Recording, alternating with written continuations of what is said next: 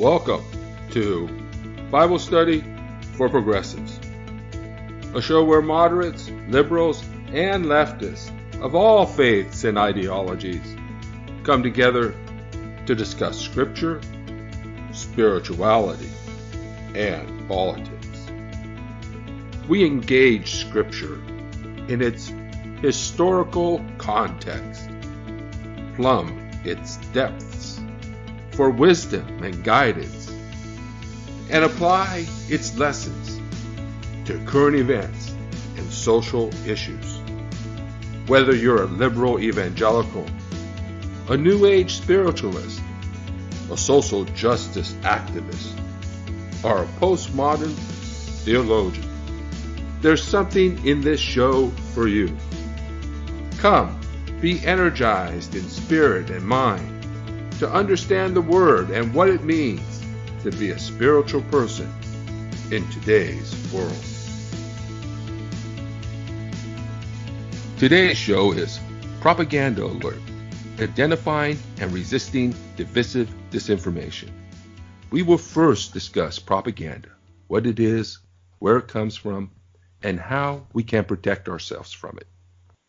Then we will examine some recent propaganda around impeachment and the election, and expose some of the propaganda we can expect to hear as the election approaches. Our panels include author Bert Newton, media psychology specialist Lisa Snow, and professor of philosophy Joseph Dowd. My name is Rich Procida, and I write on religion and politics for laprogressive.com, and I have a blog at modernlectionaries.blogspot.com. Let's begin. We are inundated with propaganda. Special Counsel Robert Mueller testified that Russia continues to interfere in our elections, and that other countries, including China and Iran, are targeting us. If that were not enough, there are also domestic sources of propaganda. Domestic sources include political parties, media outlets, religious institutions, and even academia. Professors and scientists can correct misinformation when informed by more complete knowledge.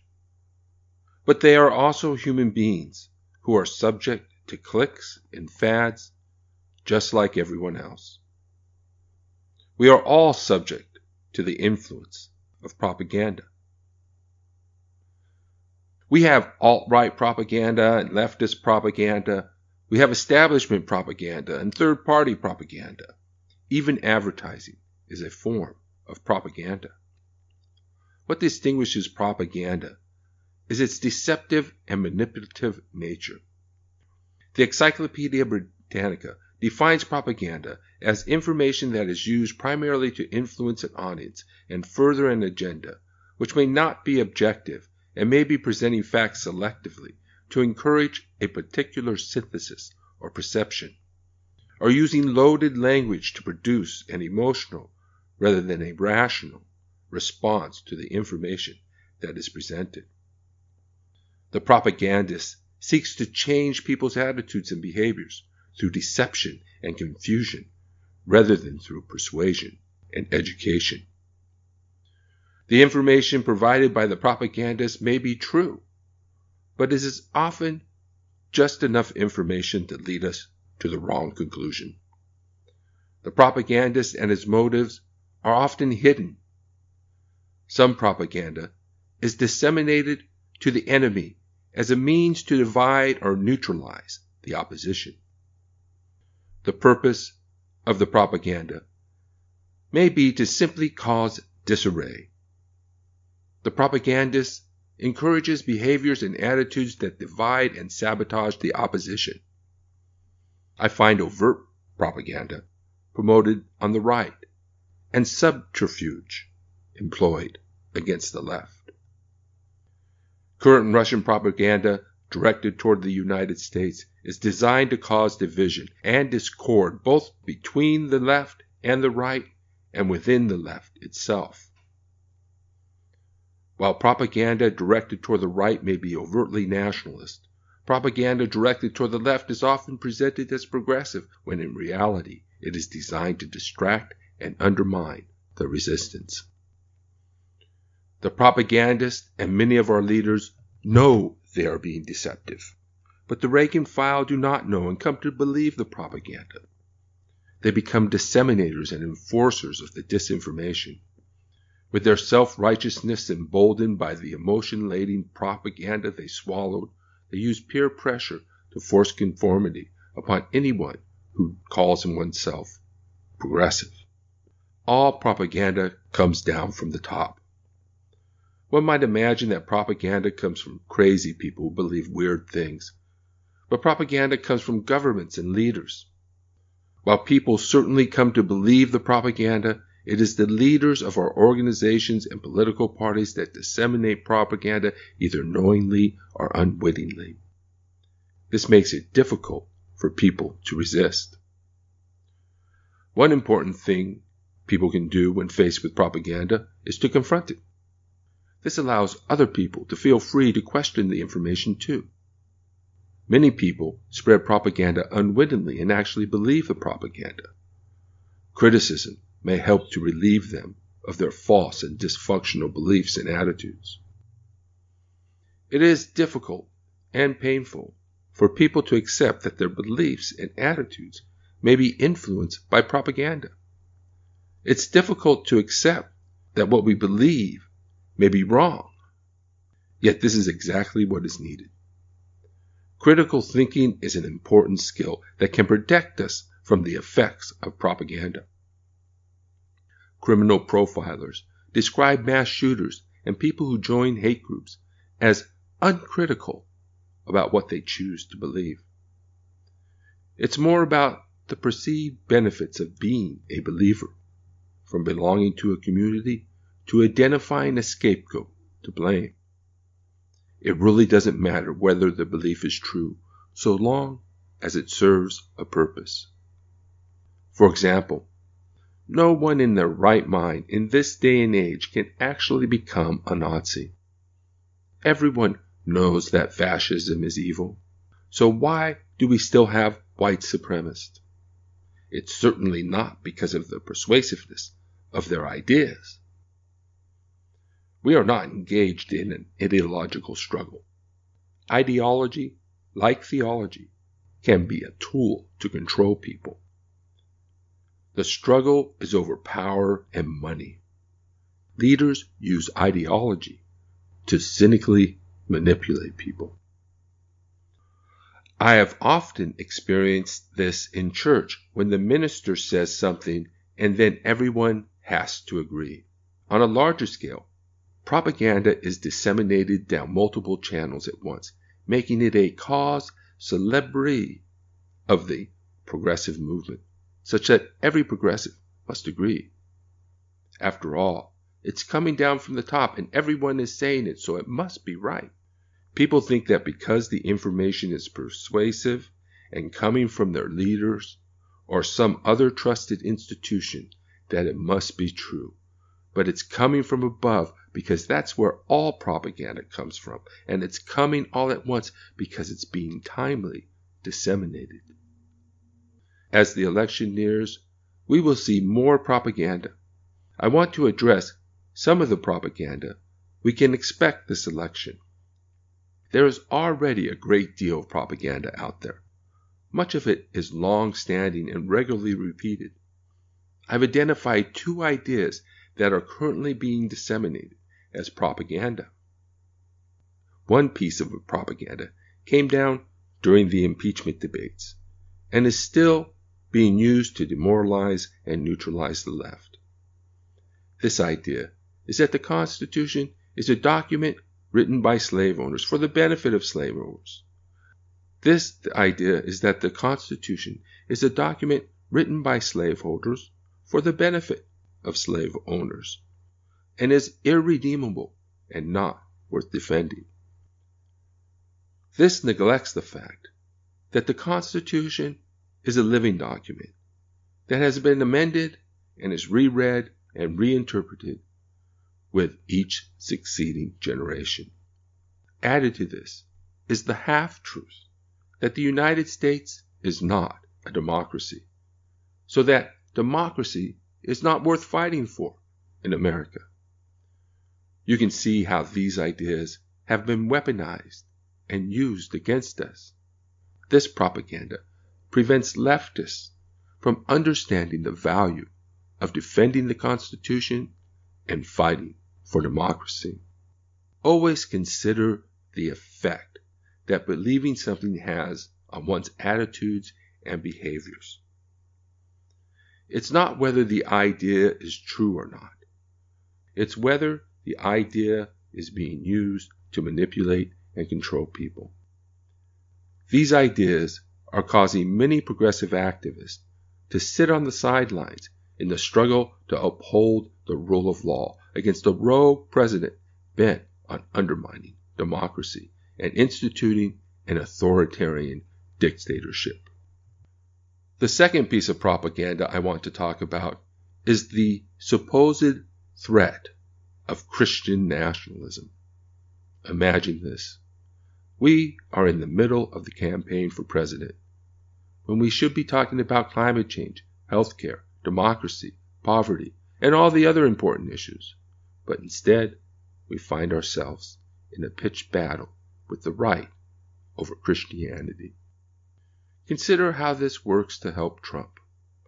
Trump wants to label Bernie Sanders and his supporters as Christian-hating socialists. There is nothing he wants more than to make the election about Christianity. While there may be a thing called Christian nationalism, is it really the threat the ideologues make it out to be? I imagine most evangelicals would scratch their heads and not know what we are talking about. Even if Christian nationalism is a thing, are we really engaged in an ideological or theological struggle? President Trump isn't a Christian and doesn't believe in any of that stuff. He uses words and ideas to manipulate his followers. He wants to paint the left as a bunch of Christian-hating socialists. Don't help him paint that picture. The concept of Christian nationalism may have some truth to it, but it's not the whole story. The pairing of the word Christian with the hated word nationalism appeals to anti-Christian sentiment on the left and operates to demonize Christians. This is the main effect that the mention of Christian nationalism has on progressives. So even if Christian nationalism is a thing, it's not the threat the ideologues make it out to be. It's too complex an issue to be hashed out in sound bites. During the election, we should be focused on other issues. If you think impeachment was a distraction, Christian nationalism is the distraction of distractions. Yet you will see it on television, in the news, in books, and at church. You will hear it on the radio and in leftist circles. It will come from the national leaders of social justice groups and be disseminated at rallies and in classrooms and in speeches everywhere. You may disagree with me on some issues, but be critical about your own ideas. View things through the eyes of the propagandist. Ask questions like, why this and why now? Think about how ideas can be used to divide or neutralize us. In this time of fake news and foreign interference, it's important to think critically about what we believe. We should make it a practice to listen to the views of others without being afraid to confront divisive disinformation when we see it. Don't react emotionally to information and be wary of simple arguments that don't fully support the alleged conclusion. Remember, you're probably not getting a balanced viewpoint. Things are more complex than a simple 3-sentence argument can explain. Christian nationalism is not the issue, especially during this election. We do have some degree of democracy in the United States, which is protected by the Constitution, which is worth defending. And yes, democracy is worth fighting for, even in America. So I've been doing some research on propaganda, and it is everywhere, and everyone is using it. And it's amazing to me that people aren't really aware of this, and yet it's a part of the normal art of persuasion. So I wanted to turn to you, Lisa, as a media psychology specialist. What can you tell us about propaganda? What is it? How does it work? How can we protect ourselves against it? Okay, so propaganda is kind of a narrative. Hopefully I'm not too loud there, Rich, but propaganda is a form of narrative. And narratives are basically just ways in which we string facts and observations together. So at one end, we have scientists who take observations and they come up with an idea of how these different observations might be explained. They come up with a theory that could be considered almost a narrative as far as an explanation for the relationship between these observations. They test the theory with future events to see if that narrative holds out or the theory holds, and then they revise and redo accordingly. That's one end of the spectrum. At the other end of the spectrum, we have propaganda, and that's where people start out with the end in mind. So basically, they start out with what they want to be true, and then they go back or what they want to be true, or what they want, or what the impact is that they want, and then they go back and construct a narrative that will influence people to agree with what they want to be true. So climate change is a good example. You have climate change scientists on one hand who look at the observations. They come up with a theory based on the observations. They do more observations, they test, they tweak, and they go back. And then on the other side, you have climate change deniers who are often funded by like big oil and people who might have a vested interest in not having climate change concerns addressed. And so they either want to confuse people or come up with another narrative. For example, there's always been change in the climate throughout history and things like that. So they'll point to different facts to try to support their claim. So in that sense, it's kind of a propaganda thing because you're starting with the end in mind. And those are kind of the two ends of the spectrum. And then there's a lot of stuff in the middle that we just use every day to get through our everyday lives. As far as being able to identify it, you want to, one good way of kind of helping yourself not be as influenced by it or understand biases and prejudices is if you compare what two people are saying about the same thing, take climate change, and you look at the evidence and the facts that both sides are presenting. Climate change is a tough one, that both sides are presenting. You can start to identify what facts they're using and what facts they aren't. And sometimes propaganda is also created to make a big, bad problem not seem relevant, to talk around it, for example. And sometimes in just aligning the facts that are supporting the different propaganda or the different statements, you can, or different theories, you can actually figure out which ones you believe, which ones are most credible. Sometimes it's what they leave out that's more important than what they included. And so I think that's a good way of kind of trying to check yourself and immunize yourself. And I've done that with a number of people like school prayer. And sometimes you just line up. It's just a difference of opinions and priorities and how different people layer things in as far as the conclusions that we come up with. And we can respectfully disagree. But and that might not be propaganda, but that's a kind of a form of narrative comparison. So I think that's one way to kind of check yourself, try to keep your thinking straight. There's other things I think you're going to talk about later that can awareness of how we can be manipulated psychologically and things like that are also critically important. And one of the challenges, just like a big thing before I turn it back over, one of the biggest challenges is propagandists. There's an asymmetrical power advantage when it comes to propaganda because it takes everybody a lot longer to sort through it, to find the truth, while they don't have to worry about credibility or accuracy. They can keep spinning it out. And when it comes to social media, propaganda can almost be weaponized in that we are confronted with so much information so quickly. A lot of times we default to psychological heuristics, kind of shortcuts to deal with all of this information. And those shortcuts can actually be exploited, and the effectiveness can be measured very accurately using online statistics. Facebook provides and Twitter provides as far as the response rates and how these messages are traveling. So there's a lot of challenges with trying to immunize ourselves against propaganda, but there are things we can do. So I think what you're talking about is that cognitive miser, where we want to make things easier. Sometimes we don't want to put in the effort. And that's just natural because we're bombarded with information and we don't want to, it's too much to consider everything. So sometimes we do take those shortcuts. And then also propaganda sometimes appeals to our predispositions, our prejudices, our opinions that we already hold. How does that work?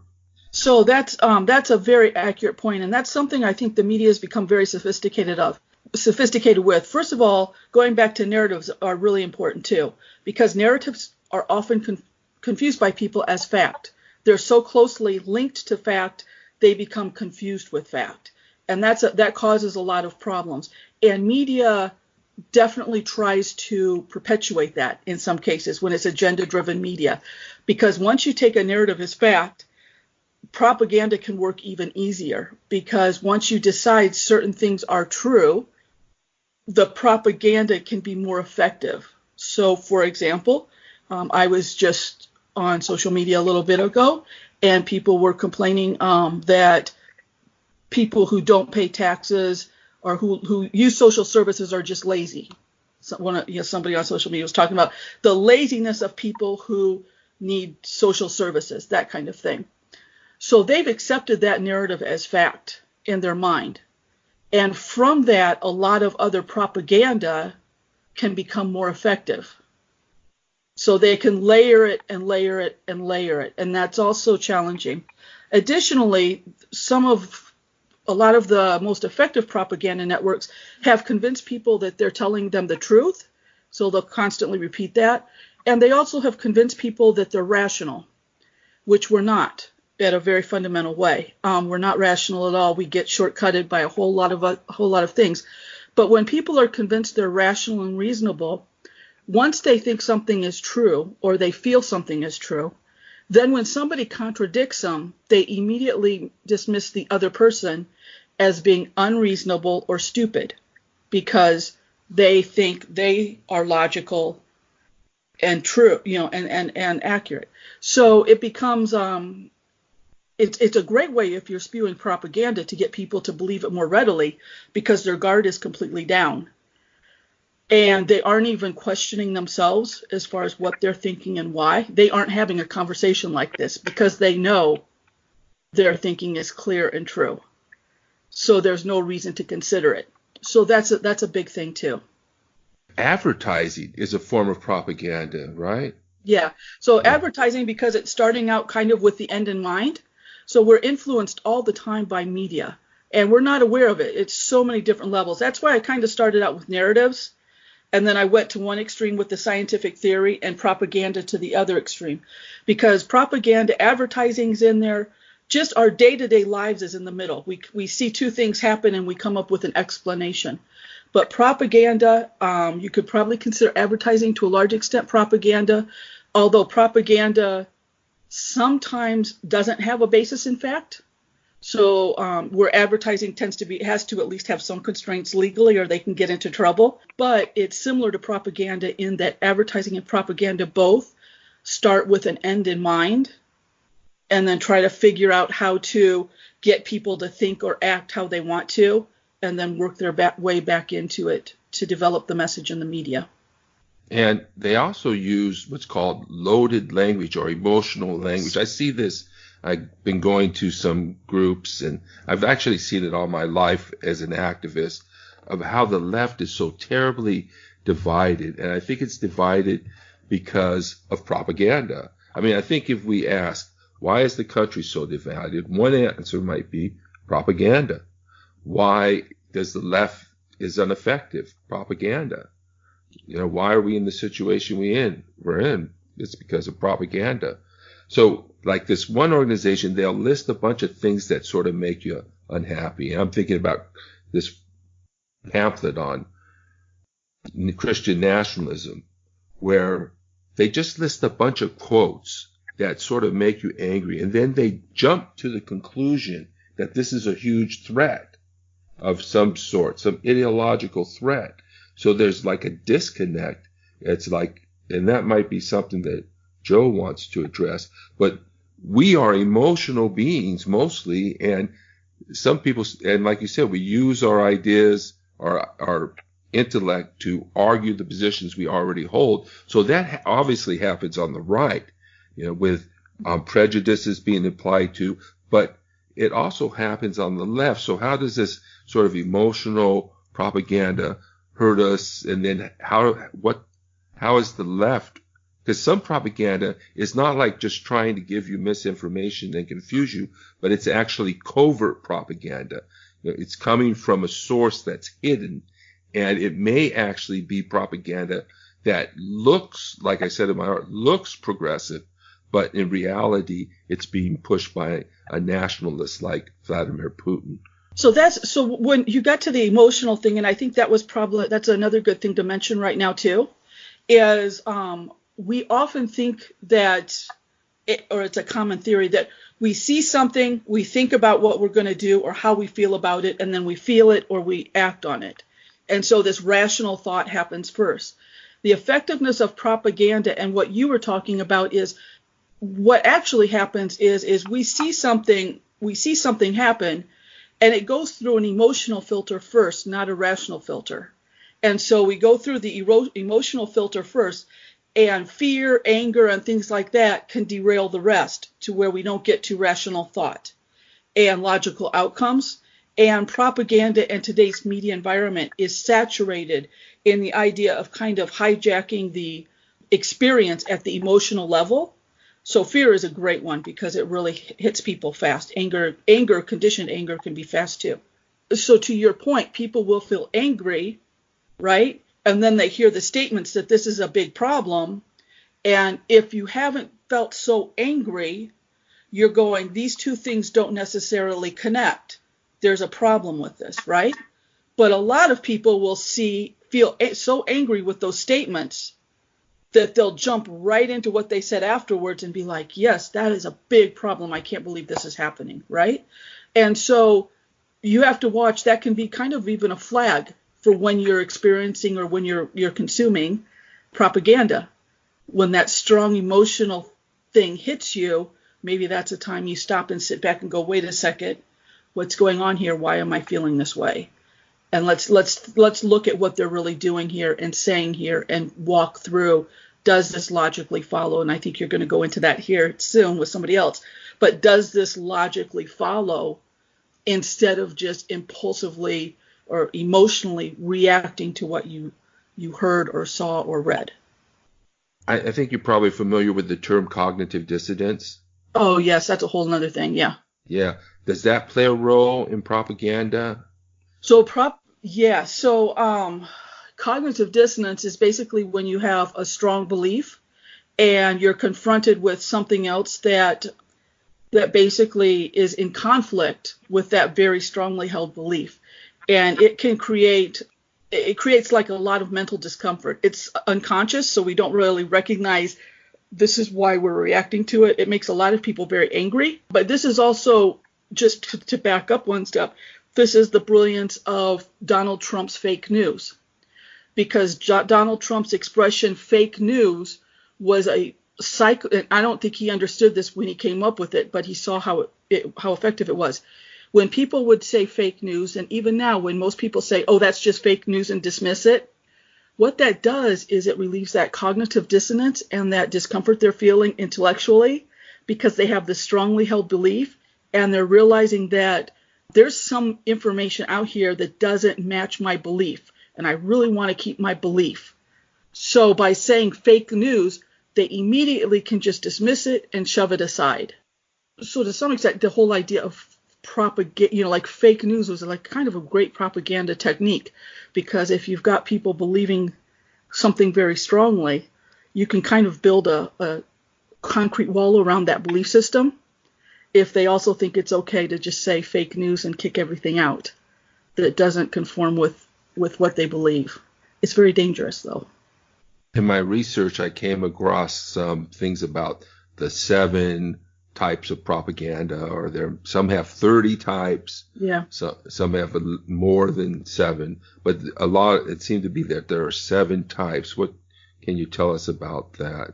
I'm not sure which ones you're referring to. I might have to defer to you on what you've read specifically, because well, some of them are like, well, it's the role of peer pressure might play in it, and there's bandwagoning and other types. Let's see what I got like here. There's social conformity element to that too, that kind of can get into group identity, which all can be leveraged with propaganda. I was looking at propaganda as basically a message, but there is a much larger dynamic at play. The social dynamic, leveraging bandwagon and maybe even embedding that in the message. Everybody knows, that kind of thing. A lot of the propaganda today, I think, is centered around this us versus them thing. So you have people who are not us and them. People have bought into that narrative. So the propaganda is very effective when they create other messages that embed that concept in those messages. Let me turn to Professor Dowd now. Propaganda often contains what are called logical fallacies, and there are other techniques. And as a professor of philosophy, what can you tell us about this? And what should we be looking for when we're confronted with propaganda or advertising or that? Okay, well, that's an excellent question. I think before I say anything else, I should point out, we've been talking about propaganda as a negative thing. Now, it's important to keep in mind, depending on how you're defining propaganda, posters reminding people to wash their hands after using the restroom are technically propaganda. Propaganda isn't necessarily a uniformly negative thing. To your question about logical fallacy, well, I think really instead of focusing on specific logical fallacies, and I mean, if you want to find a list of them, just go on Google and Google logical fallacies. There are plenty of resources out there that will, list different logical fallacies like slippery slope, like ad hominem, etc., and explain what those are. I think maybe in the context of the issues we're discussing right now, I think maybe a better thing to focus on than specific logical fallacies is just being aware of the genre and the purpose of a piece of, well, for example, a piece of writing. And I think one problem that we're running into, people talk about how we're kind of living in this kind of post-truth era where, people can't even agree on what's true anymore. I mean, it used to be that Americans could agree on the basic facts. They just had different ideas about what we should do about the facts. Now they can't even agree on the facts. One of the contributing factors here, and I think is the pretty significant erosion we've seen of the distinction, at least in the public's mind, between news articles and opinion pieces. I see this all the time. I teach at a university, and I see this all the time with my students. I also work at this tutoring center. And one thing I've noticed is students will say, I found an article about a certain topic. And, half the time the article, I mean, it is an article, but it's an opinion piece, from what would be the op-ed section of a print newspaper, right? If there still were print newspapers. I mean, and I don't think this is really the newspaper's fault. I think that, just the fact that everything's online, and if you go to Google News and scroll through, it'll have both news articles and opinion pieces, like, all in the same list. I think really part of this is the effect of the internet, and there are probably other factors at work too. But yeah, I think that's just part of a larger phenomenon we're seeing, with just kind of this erosion in the public's mind of the distinction between reporting and opinion. And I think so just being aware of that, right? Being aware, like when you read something online, if it is an opinion piece, then read it as an opinion piece. It might cite facts, but remember, just because it's in some kind of publication, right? And I would say this about, not just about conservative publications, but about liberal, left-leaning, and centrist publications as well. If it is an opinion piece, and I try to do this myself, then and it uses facts. Usually, it'll link to an article with facts to support its argument. Well, then you click on those links yourself, and you read the news articles for yourself and see whether they support the argument in the opinion piece. So that's one piece of advice I would give. Another thing is just to be aware of where something is coming from. And, on a certain level, I feel like I don't really need to say this nowadays because we're so polarized. Your average kind of politically aware person, whether they're right-wing, left-wing, or whatever, in their mind, they've probably segregated media outlets into liberal media outlets versus conservative media outlets. So people are, I think, almost over-aware nowadays of where information is coming from. But what I would say is whenever you get an extra bit of insight or an extra bit of information about where information is coming from, don't ignore that. That's a great gift to you. Pay attention to that and use that. So, like, for example, I've noticed that YouTube has started on its videos, like whenever there's some kind of major media outlet posting YouTube videos, like news outlets like Al Jazeera or CBS, YouTube has started to put little notices under videos from news outlets about like what the news outlet is and who's funding them, where most of their funding comes from. That is very important information. So whenever you do get a little extra information about where something is coming from, pay attention to that. So that's my second, I guess, piece of advice. Yeah, well, I wanted to clarify that I write opinion pieces, so this article that I just read is an opinion piece, but I try to be educational about it too, and I think this show is about educating people as well. So, but sometimes propaganda doesn't use that. So in some sense so it's hard for me as a lawyer. I realize I use these techniques, and even when sometimes I ignore the facts that I don't want to talk about when I'm writing a brief because there's nothing good to say about them.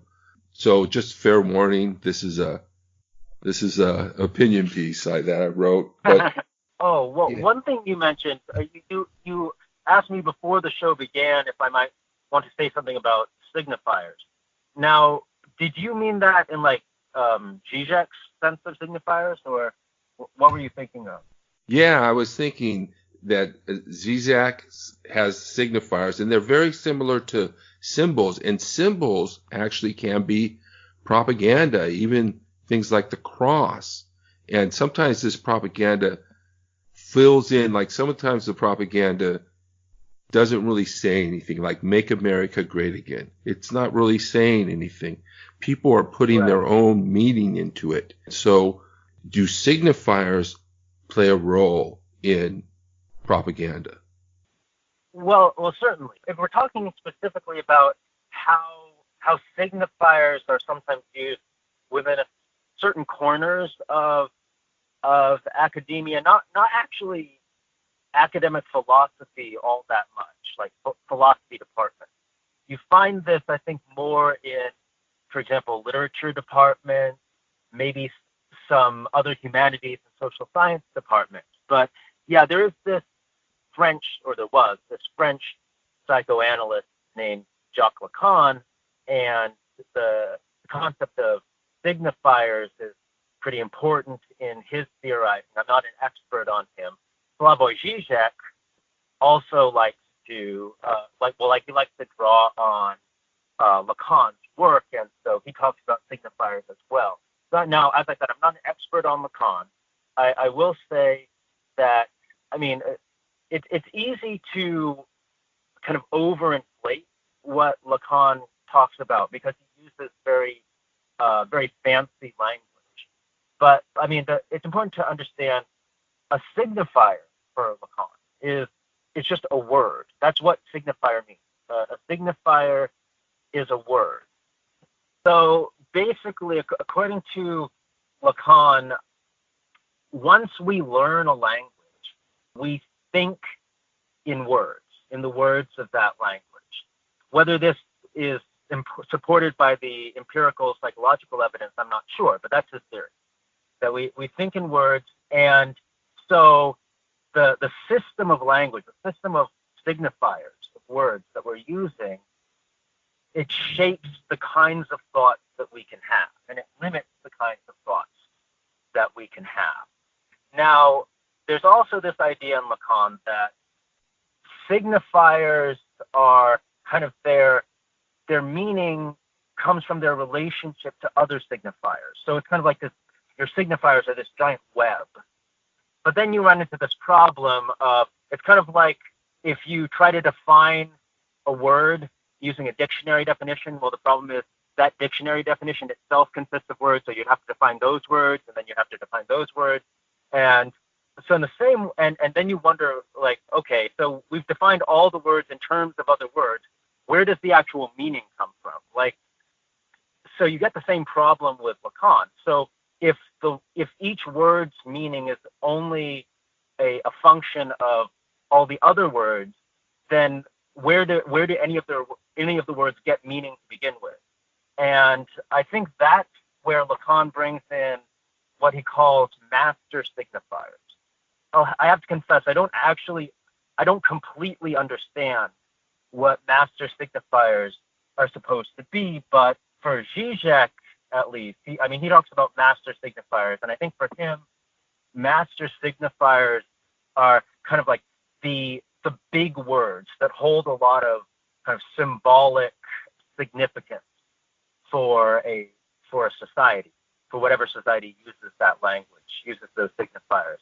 And so I thought of this because, you know, you were mentioning earlier how you were saying, and actually I haven't seen too much of this propaganda myself, but you were talking about propaganda directed at the left that kind of make leftists think that, like, American ideals aren't worth fighting for because of nasty history behind some of those ideals. You were talking about that, right? Right. Yes. Yeah. So I when you mentioned that, I thought of signifiers because, you know, I think you made an excellent point that, and I think there are certain signifiers, certain words that kind of have a significance, and you might even say a trajectory, a direction. They're headed in a direction that goes beyond what the original coiners of those signifiers, the original creators of those signifiers, had in mind. So take, for example, the phrase in the Declaration of Independence, all men are created equal. Okay, now, of course, the Declaration of Independence, it doesn't have any legal force anymore, but it is an important historical document, and it says all men are created equal. Well, of course, we all know from history class when at the time when the founding fathers said all men are created equal, when they said men, they meant white landowning male, right? So it wasn't all human, okay? But here's the thing: even though the founding fathers only meant white landowning men when they said all men are created equal. That phrase, all men are created equal, that had a kind of power that went beyond what the founding fathers realized when they used that phrase. And people started asking, well, okay, so if all white landowning males are created equal, what about all white landowning males and non-landowning white males? What about people of color? What about women? Okay, and so you see how there are certain words and phrases that have a power that goes beyond what their creators intended. And I think that's one argument that people on the left should definitely consider before they kind of toss out, say the Constitution as not being worth defending. Now, I mean, I don't think that line of propaganda would be too effective on most leftists, because I think most leftists are sufficiently hostile to Trump that they'd want to, defend the Constitution, at least to the extent of getting rid of him. But yeah, and any leftists who might be swayed by the argument that, well, the founding fathers were all slave owners and they were actually pretty bigoted by modern standards, so we shouldn't believe in their ideals. Well, I mean, those folks should take into account what I just said, that a lot of these ideals have a power that goes beyond what the founding fathers intended.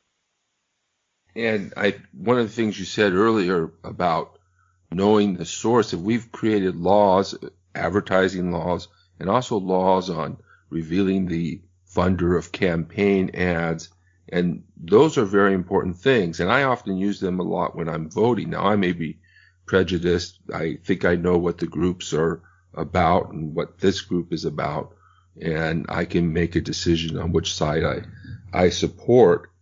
And so that's very important. And I guess I don't know, because you've talked about this, but what I want to do as an academic, I mean, I said something in the article, and I find it, I mean, right now I may be dealing with the more extreme groups on the left. For example, while you might think that most leftists would be anti-Trump, you got the Bernie Sanders people were very lukewarm on impeachment. Poor People's Campaign didn't want to move forward on it. And then there's this group, the PSL, the Party for Socialism and Liberation, who does not want to confront Trump on anything. And I think that's because they're infiltrated by Russia. So you've got the communists who are infiltrated by a nationalist leader. And I think that's where we get some of this propaganda that ends up dividing the left. And it's amazing how far it goes, because even in academia, I think it comes down. I mean, I've read some of the stuff on Christian nationalism. I've gone to some of the critical studies stuff, and we had this evidence that critical studies is sometimes not very academically rigorous, or that they're just using certain language in certain articles. There was these three professors who had written articles, and they had purposely written these articles to show that there are no real standards in some academic journals. And you know how hard it is to get published. And then, So they said they found that one wrote just kind of a rewrite of Mein Kampf. The other wrote something about dog parks and dog humping and abuse against women.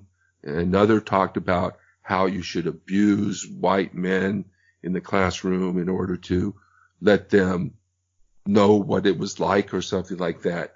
So as an academic, does propaganda sometimes get promoted through the academy? Oh, sure. I mean, okay, so I think there are a few different things we need to tease apart here.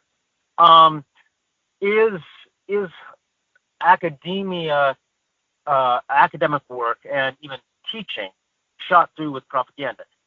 Yes, I will say that, but I say that and also add that in certain respects that's inescapable, because as let's say I'm putting together a lesson on some subject. Well, I can't talk about everything. That's I don't have enough time.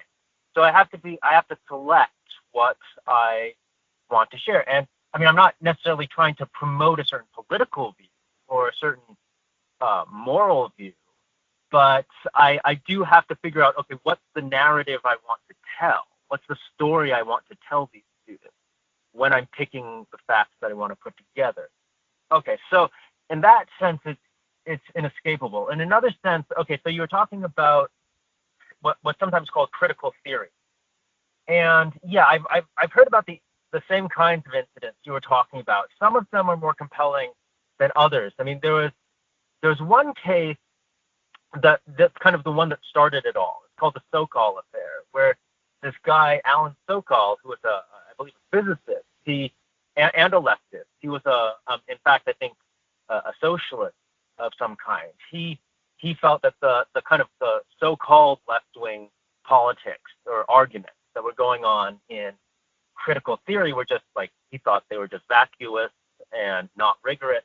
And so yeah, he published a parody article in this journal called Social Text, which was for critical studies folks. And yeah, he wrote a deliberately bad article and got it published there. Now, okay, so the trouble I have with that case is that Social Text did not have a peer review system, and they stated they did not have a peer review system.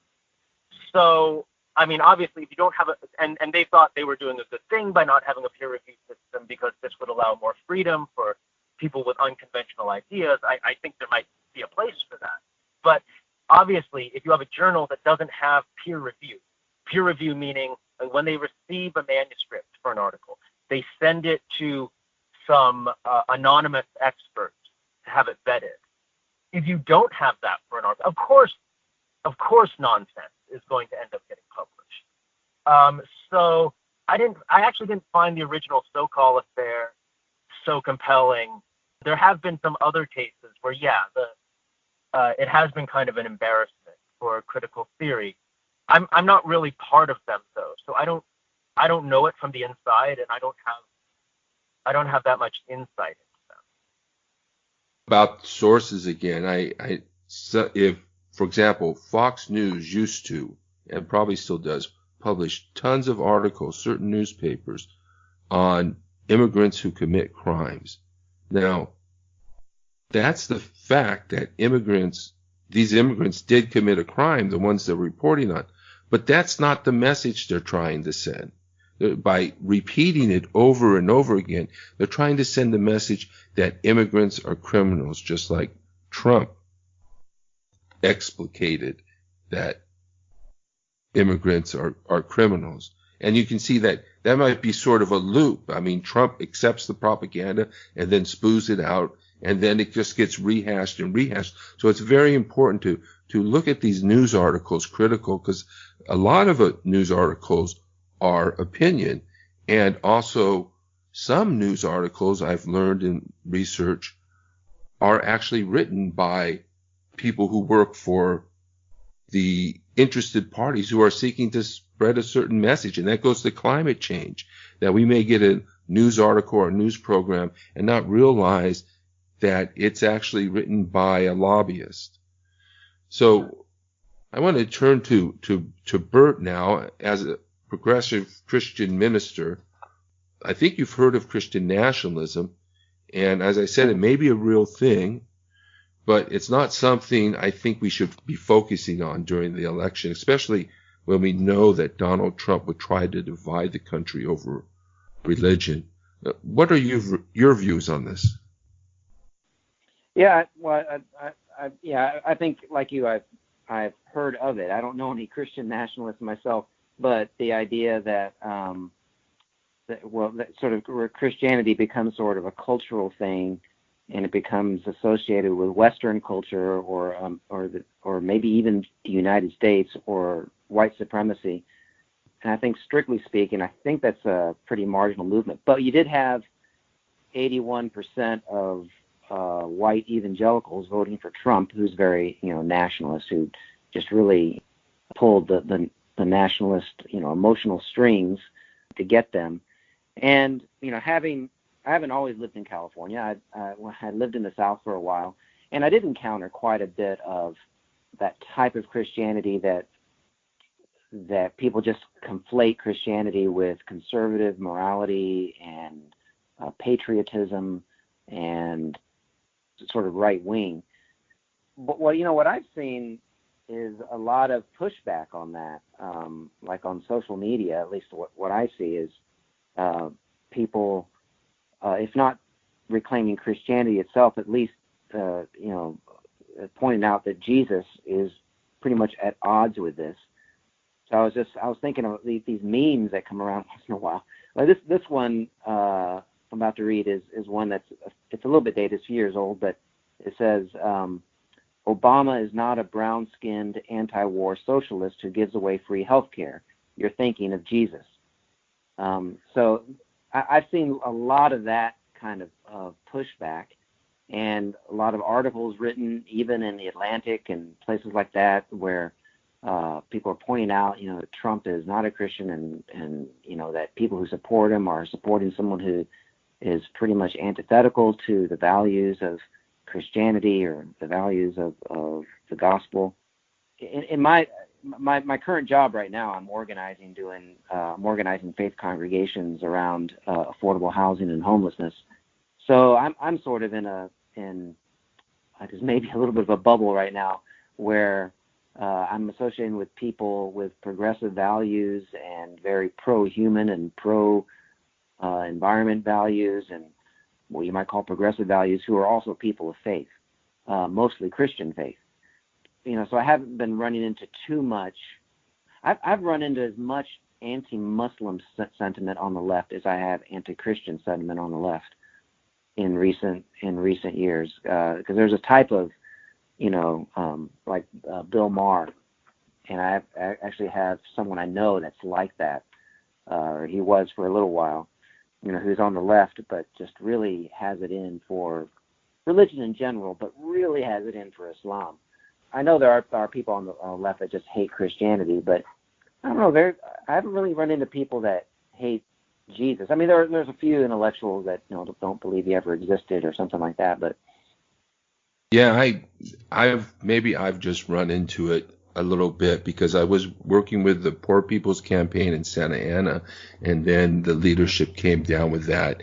And it may have been because, I don't know if it's because I was saying I'm a Christian, and they decided, well, they were going to come back and educate me about how bad Christianity is.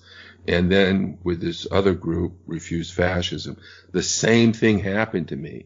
And I read a little bit about the leader and his negativity towards Christianity. But I think we should be welcoming Christians. And I think your proposal is exactly what we should be doing.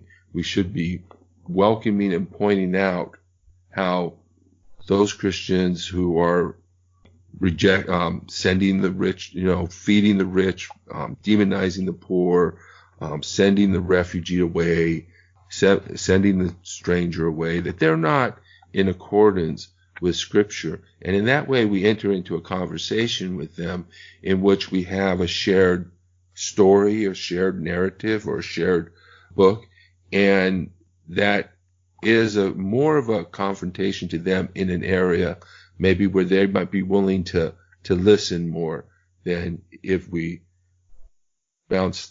hit them over the head with socialism or something like that. I'm surprised at the Poor People's Campaign, seeing as that Reverend William Barber, Disciples of Christ minister, is sort of the front man for that.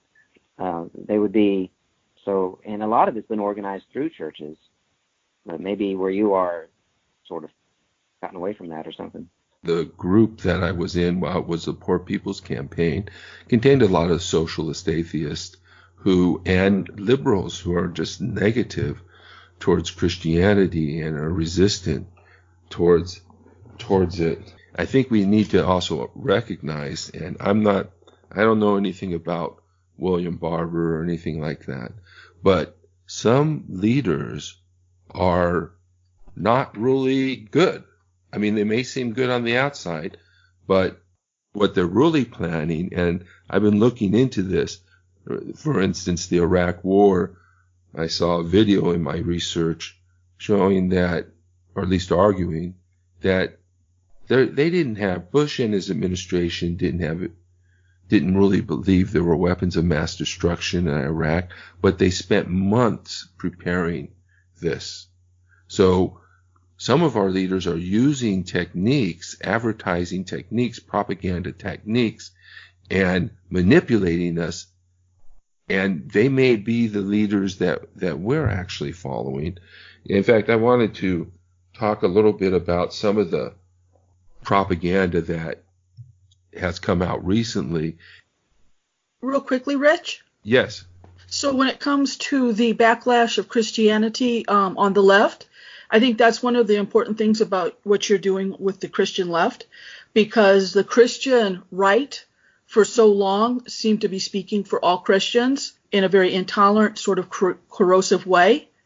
And so I think some of what you're experiencing on the left is kind of a backlash to that, because they've just had enough of it, just basically fed up to the gills. I think that that's probably what you're sensing, and that's probably why it's important for other people to speak out, and they finally are. But it just took a long, long time. I didn't start seeing it happen until into the Obama administration to any large extent, and it was kind of getting more ramped up towards the end of it. And now with Trump, people are speaking out much more. I definitely think it's a backlash to the hypocrisy and intolerance and everything people just saw on the right. I have some weird theory that Obama was the reincarnated Abraham Lincoln, and Hillary Clinton was his Secretary of State, C-word, or I think that he was Secretary of State, and Trump is the reincarnated Andrew Johnson. Now we got to figure out who Ulysses S. Grant is. So I think it may be Bernie, maybe Warren. I'm not sure. I don't think it's Biden, but after that backlash, after the Civil War, there were 3 Republican administrations. And remember, the Republicans were basically the progressives at that time. So I'm hoping that pattern follows it. And then I may see how it works for the rest of my life, see if every president matches with that president. But just real quickly, too, just to inject, you just actually demonstrated how we put together narratives absolutely perfectly by taking, these different pieces in history, right, and putting them together a certain way to put together an idea of what could happen in the future, or to understand what's going on now in a context that's different and may or may not make sense to you, right? But that's exactly, we're like storytelling people, and I just wanted to stop and point that out, because that's like an excellent, perfect example of how we all do this, but you just did it right here in a creative way. Awesome. So now just 2 little things that maybe we can talk about a little bit. One thing, we talked about cognitive dissonance and how sometimes propaganda is used. And it's important for us to see that propaganda is not just coming from the Republicans, it's also coming from the Democrats. So there was this idea that Bill Barr's letter messed everything up. And my thinking on that, because I don't know and I do not believe that there's a single progressive or a single Democrat who was fooled by Bill Barr's letter. There were, obviously, if somebody's a Trump supporter, they're fooled by Trump. But for as far as liberals and progressives, I don't think anybody was fooled by Barr's letter. But it created cognitive dissonance, because here Trump had violated the law, violated the Constitution. The Democrats are supposed to stand up to a president who violates the Constitution, who is a threat to our democracy and all the other things he's done. And yet they didn't do it. So people are stuck with this cognitive dissonance. Are the Democrats are actually going to protect the Constitution and fight against Donald Trump? Or why didn't they do anything? And so everybody had different explanations. One guy said, oh, it's going to be because Nancy's just playing a game where she's trying to pretend she doesn't want to do it, to be dragged into it. But I believe she didn't want to do it for the very reasons she stated. But everybody sort of said, oh, Bill Barr. So now we know who is responsible for the Democrats' failure to act. It's Bill Barr, and it's all just to cover up in their minds the fact that there just wasn't the political will to prosecute the president at that time. What do you think about that? My thought on it is right now, the right has a very powerful organized media network and propaganda network relative to the left. You know, there's propaganda on both sides, but one has been more organized, they're more honed, they're more disciplined. You know, they were like a machine going back to Bush Jr. when he was president back in the early 2000s. It was remarkable what they could do. Now, Trump actually makes it less efficient because he won't stick to the script and he plays off the cuff, but there's still elements that are extraordinarily powerful. And the left, by contrast, has nothing like that. So, you know, Trump says no collusion, you know, whatever. He's got his 3 or 4 words or whatever, and he says it over and over again. You watch what people on the left say, and it's like a paragraph, you know, it's like on and on and on they go. And so it's hard for news to handle it. It's hard for other people to handle it. And just what are you trying to say in a snapshot to combat what he's talking about? And I just don't think the people on the left are as organized. I don't think they get it. It's about communication. So I'm not even talking about lying. You know, I'm not talking about like propaganda per se. It's really about being able to communicate effectively to get your point across. And they just don't get it at almost every turn. And when it comes to strategy, you know, they should have been saying through this whole Biden thing, every time somebody was asked about it, every single Democrat should have just said, I don't know why you're asking. Basically, they should have said, why would Biden testify? This is about Trump and his actions. Done. They ask you the question 15 times. You say the same thing 15 times. That's it. Turn it back on Trump. It's done because it's true. Right? That's the fact of the matter is that's just the communication. I watch Biden go on and on and on and on for minutes about it. And that's all they needed to say. So they can't compete against that. I mean, Trump, they just get beat up in the media. The senators are all scared because they don't want Trump to turn on them. But if Trump turns on them, the media is going to turn on them. And that's a whole other thing. And so the senators are obviously scared and concerned too. The left doesn't have anything like that by comparison, again, as disciplined and as well financed and funded. So I just think they just didn't have it together. Nancy Pelosi knew that's what she was going up against. Maybe she wouldn't admit it, but you can't go up against that with with what they have and the tools they have. So I think they got to the Ukraine and then they had something they could try to make very simple and very concise. And they still didn't do a great job with it, but they could at least make it simple and people could understand it. Sorry, that's it. Oh, that's great. How about you, Joe? Did you want to jump in? Or? Oh, sorry. I just thought of something that I think is important, sort of inspired by what Lisa said. Lisa was pointing out kind of the problem that the left has. And this is not, this isn't an original, people have been talking about this for a long time. Like Lisa, I'm sure you've heard of George Lakoff, right? Oh yeah, there's George Lakoff, and there's Lentz on the left, but for communication and words. But yes, George Lakoff, exactly. Yeah, and so I thought of him. But anyway, I was listening to what you were saying, and I think, one piece of this puzzle, and it's uncomfortable for me to say this, but I think one of the reasons why the left is having all the problems it's having right now, it essentially stems from the kind of the takeover of the left by, people like me. basically academics. Yeah, academics.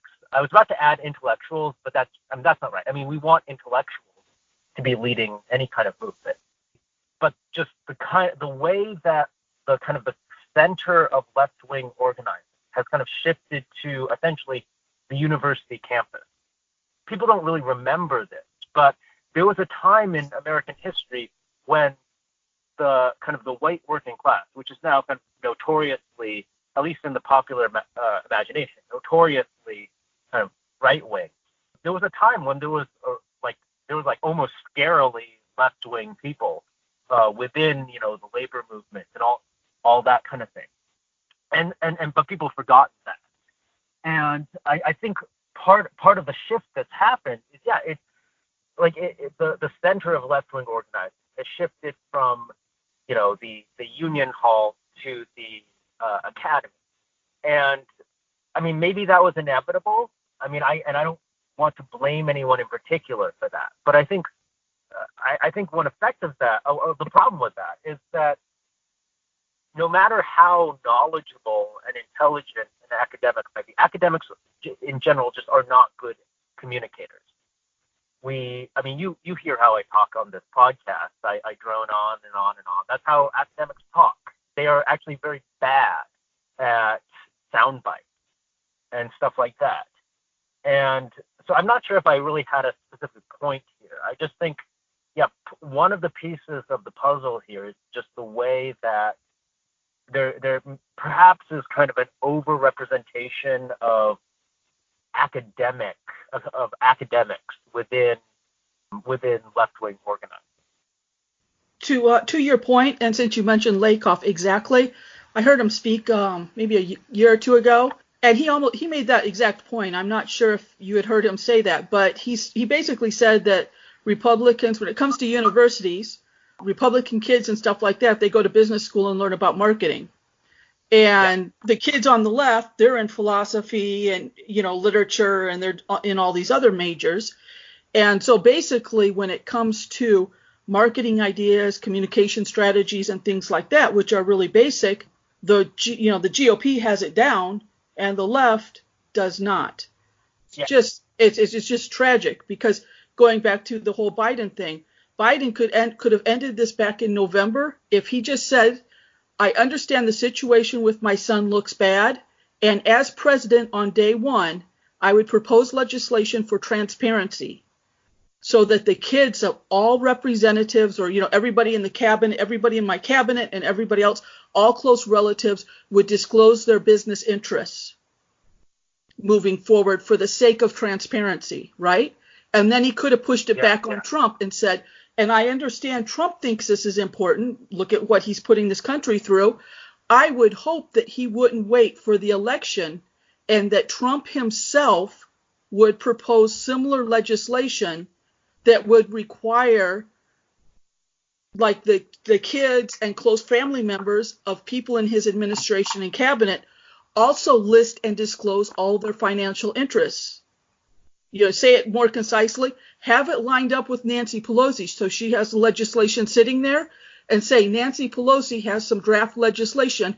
Now Trump has a big pile of conflict of interest sitting in his lap, because his kids are doing way worse than what is accused of, what Biden's kid is accused of. Right. You know what I mean? But you you stop the conversation right there, and you just say, I understand it may not look good.